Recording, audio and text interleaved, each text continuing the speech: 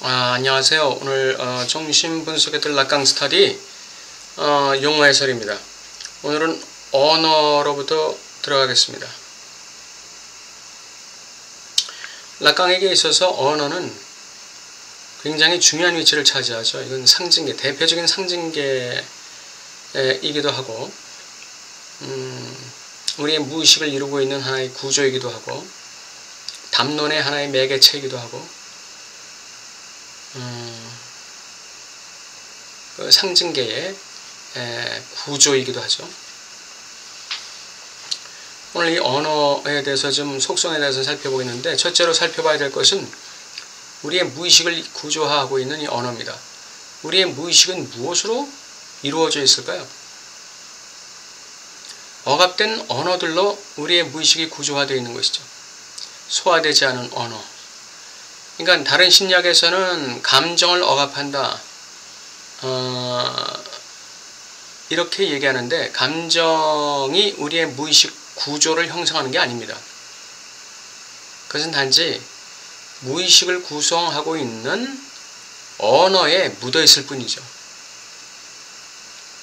일단 무의식은 언어처럼 구조화되어 있다. 그러므로 무의식의 그 환경을 바꾸려면 어떻게 해야 되죠? 언어를 치환시켜야 되죠. 구조를 무너뜨릴 수는 없어요. 구조는 그대로 있습니다. 그러나 그 구조를 이루고 있는 언어를 치환시키는 것이죠. 마치 건물 골조는 바꿀 수 없지만 그 건물 내부 인테리어는 바꿀 수 있는 것과 같은 얘기죠. 둘째로 무의식은 외부에 있다라는 개념인데, 이 무의식은 외부에 있는데 이게 무슨 말이죠? 무의식은 대타자의 담론을 통해서 구성되는 것이다, 이런 얘기죠.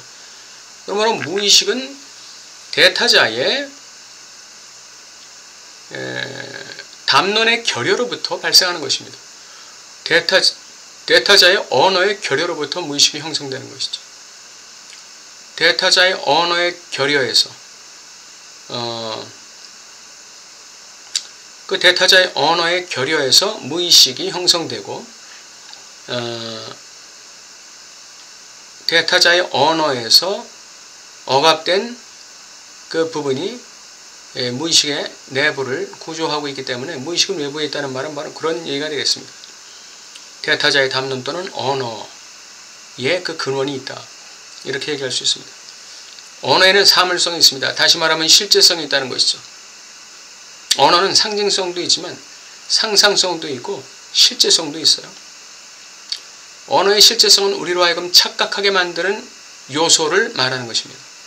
상징성이 있다는 것은 언어의 엄표성, 즉 언어의 내용성을 말하는 것입니다.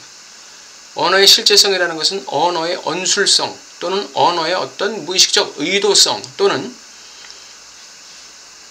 언어에서 그 언어를 청취하는 청자의 의식 수준에서 이해할 수 없는 어떤 부분, 이것이 바로 언어의 사물성입니다. 언어의 사물성, 언어의 실제성.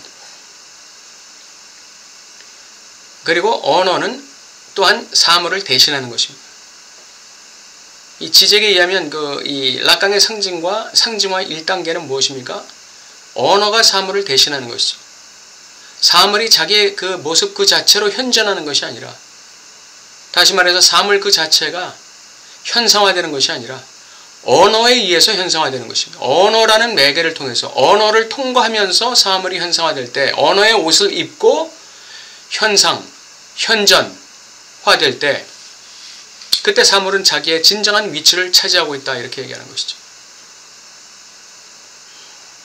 그때 말하는 사물이라는 것은 굉장히 고통스러운 어떤 것이죠. 주체에게 고통을 주는 어떤 실제를 얘기하는 것입니다. 그러므로 실제는 상징을 통해서 정복하는 것이죠. 해결하는 것입니다. 실제라는 것, 사물성을 가진 어떤 것, 우리에게 고통의 원인이 되는 것들, 그런 것들은 상징으로서 극복되어야 되는 것이죠.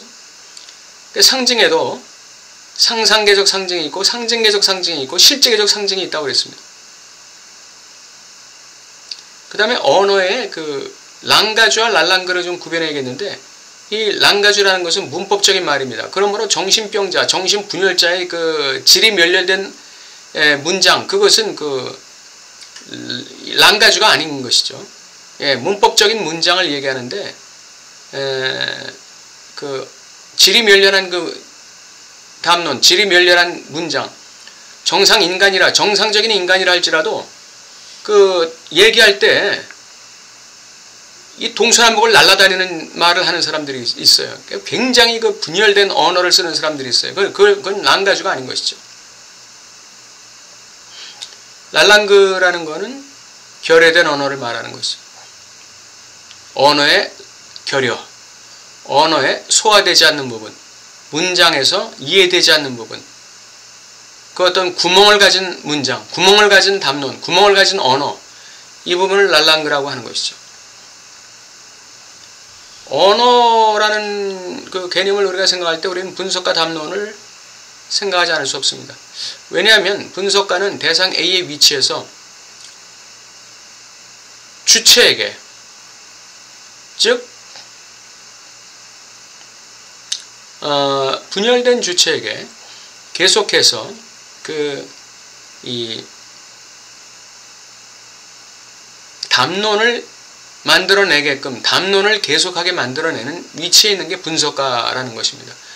분석가란 바로 정신분석적 분석은 환자로 하여금 끊임없이 말하게 하는 것이죠. 끊임없이 말하는 과정 속에서 꽉 찬 말이 나온다는 것입니다. 꽉 찬 말, 진실에 속하는 말, 그게 나온다는 것이죠. 무의식에 진실이 묻어있는 말, 그것이 나온다는 것입니다. 그래서 이 분석가 담론에서 끊임없이 그 환자의 입에서 언어가 나오게, 말이 나오게 만드는 것이 굉장히 중요하다, 이렇게 얘기하고 있습니다.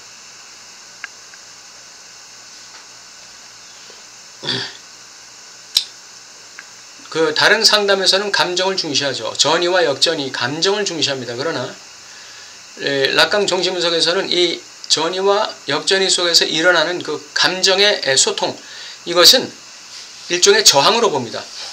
환자의 저항으로 보는 것이죠.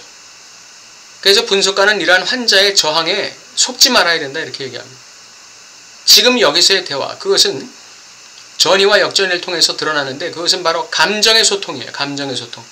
내가 분석가를 통해서 무슨 감정을 느끼는가, 무슨 느낌을 받는가, 거기에 따라서 분석가는 환자에게 어떤 감정을 갖는가 하는 그 지금 여기서의 감정의 소통이 결코 락강의 정신분석적 분석이 아니다 하는 것.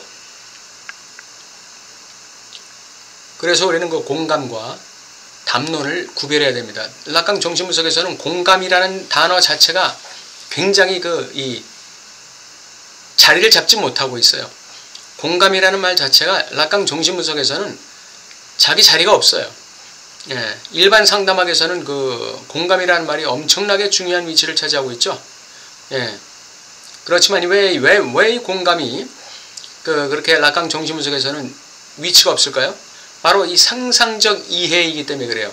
언어, 언어에서 그 의미 부분, 의미에 대한 상상적 이해에 머무른 게 공감이기 때문에 그렇습니다. 우리는 상징계적 언어로 들어가야 돼요. 그리고 나아가서 실제계적 언어로 들어가야 되는 것이죠. 그래서 이 언어에는 상상적 차원이 있는데 이것은 자아에 호소하는 차원의 언어예요. 자아에 호소하는. 상징적 차원의 언어라는 것은 대타자의 담론을 얘기하는 것이죠. 결여된 언어가 나에게 들어오는 것. 이게 상징계적 차원의 언어예요. 실제계적 차원의 언어는 아까 말씀드린 그 사물로서의 언어. 그것이죠. 사물로서의 언어의 사물성. 오늘은 여성까지 하겠습니다. 락강은 여자는 없다고 얘기하고 있죠. 또는 다른 말로 성관계는 없다, 이렇게 얘기하고 있습니다. 첫째로 남성은 상징계, 즉 언어와 말의 발화자의 위치에 있습니다. 근데 여성은 상징계의 주변에 있어요. 상징계의 주인공, 발화자가 아닙니다. 왜냐하면 여성은 언어의 위치에 있잖아요. 여성은 법의 위치에 있지 않습니다. 물론 여자도 말을 합니다. 그러나 여자의 말은 상상계에 속하는 것입니다. 남자의 말이 상징계에 속하는 것이죠. 남자가 상징계의 주인입니다. 남자가 상징계를 이끌어가는 것이죠. 그래서 성관계는 없다는 말이 그런 의미로 받아들일 수 있겠고, 또 여자는 자신을 일반화하지 못합니다. 자신을 일반화하지 못해요. 그러니까 남자들은 자기를 일반화해요. 어떻게 일반화하죠? 원초적인 어떤 그 주인을 설정함으로써, 제1자를 설정함으로써 자기들은 보편성을 유지하는 거예요. 일반성을 유지하는 거예요. 그래서 조직을 유지하게 되는 것이죠. 그 조직을 유지하게 하는 그 유일자가 누굽니까? 회장이죠. 예. 또는 보스고, 예. 그렇게 되는 거예요. 왕이고, 예. 그렇게 되는 거예요.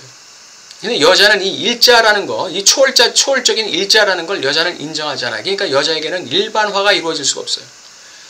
초월자가 있어야 일반화가 이루어지는 것이에요. 초월자가 없으면은 내가 다 초월자예요. 내가 다 초월자예요. 내가 초월자지 어디 초월자가 따로 있을 수가 없는 거예요. 여자 세계에서는. 그래서 여자 세계에서는 일반화가 있을 수가 없어요. 일반화가 안 된다는 것은 결국은 무슨 말입니까? 상징계가 유지되지 않는다는 얘기죠. 상징계가 유지되지 않는다. 그렇기 때문에 상징계가 유지되는 남자와 그 상징계에서 벗어나는 여자에게 대등한 관계가 이루어질 수 없는 것이죠. 그래서 그 성관계가 없는 것이죠.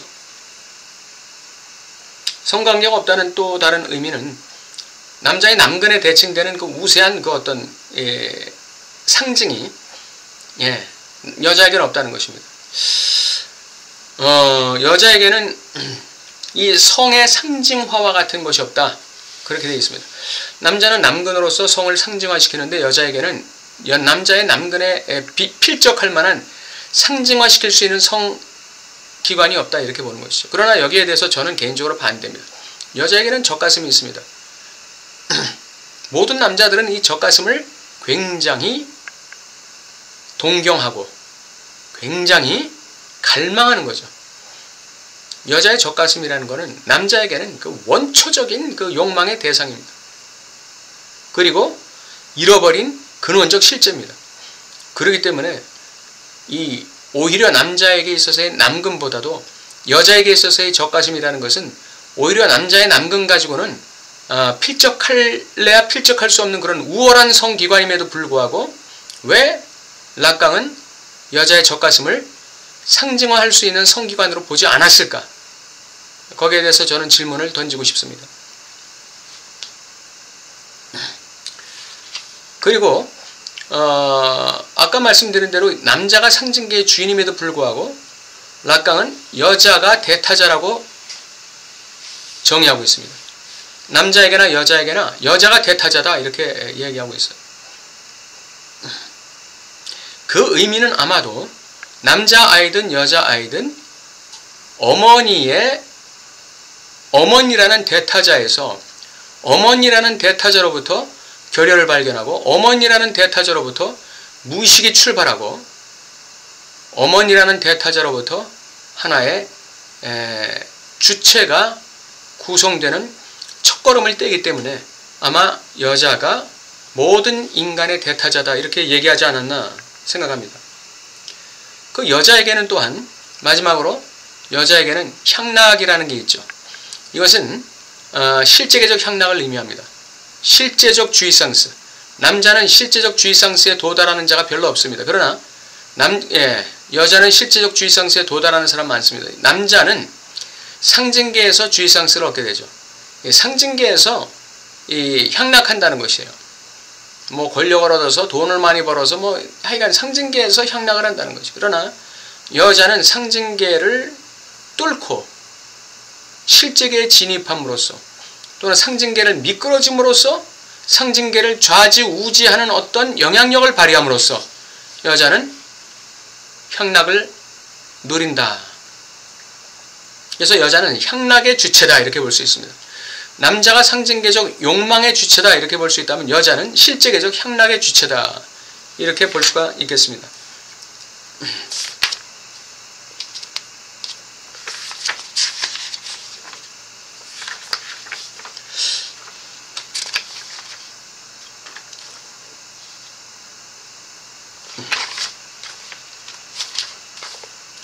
다음 주부터는 오인에 대해서 설명드리겠습니다. 감사합니다.